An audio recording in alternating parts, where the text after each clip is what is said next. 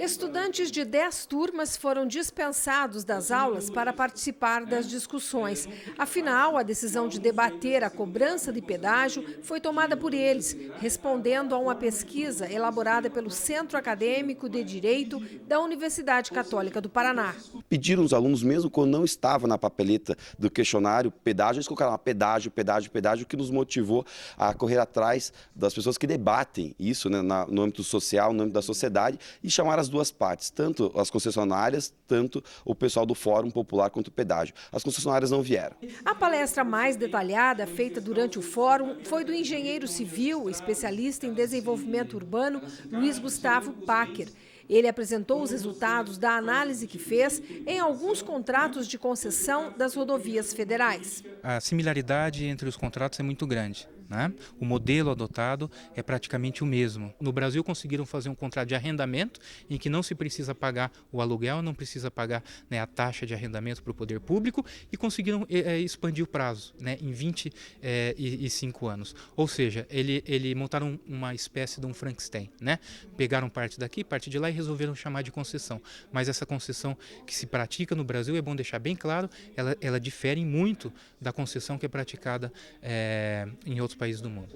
Luiz Gustavo questiona alguns acordos firmados entre governo e concessionárias. Os benefícios econômicos que o pedágio teria trazido ao Paraná é um deles. Se a gente analisa o PIB do Paraná, curiosamente, exatamente após a instalação do pedágio, o PIB do Paraná estagnou-se, né? E não foi só do Paraná como um todo, mas se você agrupar os municípios dentro das maiores regiões, encabeçadas pelas maiores cidades, que seriam Curitiba, Ponta Grossa, Londrina, Maringá, Cascavel, Foz do Iguaçu, Guarapuava, você verifica que em todas as regiões o PIB do Paraná tendeu a estagnar-se, não aumentar nem diminuir, com pequenas variações.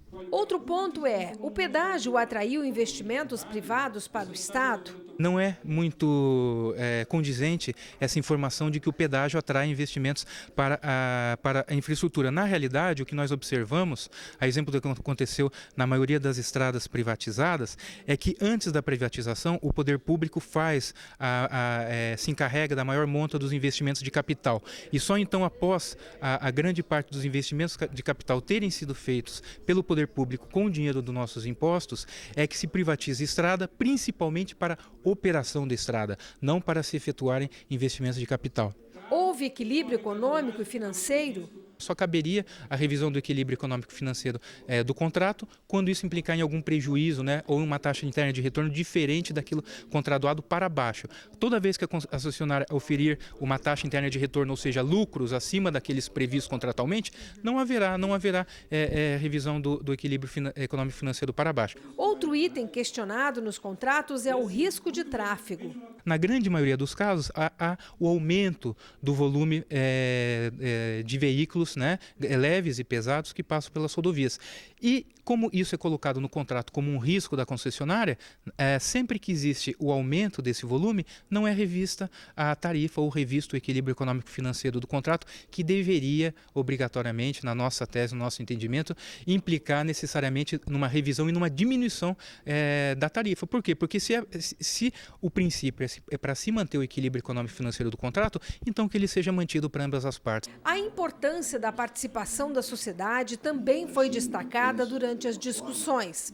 A sociedade fica imaginando que quem vai resolver isso é o deputado estadual, federal, o governador ou o presidente da República. Não, eles podem ajudar, mas desde que vejam e sintam com clareza o apoio da população. A população unida, reivindicando, os governantes atende. Então, uma forma de sensibilizar os governantes, o poder executivo, legislativo e também, fundamental, o judiciário, é através de povo na rua. População, entidades organizadas, e esse é o caminho para a solução definitiva do pedágio no Paraná e no Brasil.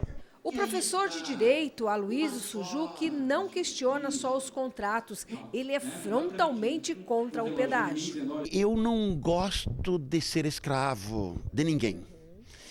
E a minha tese a respeito do pedágio é exatamente o princípio da liberdade. Porque a minha tese está sob esse título, da violação da liberdade na cobrança do pedágio. E com isso nós podemos até dizer que quem é a favor do pedágio é a favor da escravidão, na proporção em que paga o pedágio, que é uma restrição do direito de ir e vir. Eu me sinto agredido. Eu me sinto, desculpe, roubado. Quando a sociedade realmente tomar consciência de que está sendo lesada num direito que é da sua própria natureza, que é o direito à liberdade, eu acredito que a sociedade mesma vai tomar uma posição para exigir isso. Para os futuros advogados, as palestras só reafirmaram o que eles já pensavam sobre a cobrança do pedágio. As informações passadas agregaram aquelas opiniões iniciais que eu tinha com relação à cobrança indevida, porque esses princípios fundamentais não devem ser esquecidos, e isso é uma coisa que é maquiado para que a população tenha uma visão diferenciada do que é direito, né, o direito básico.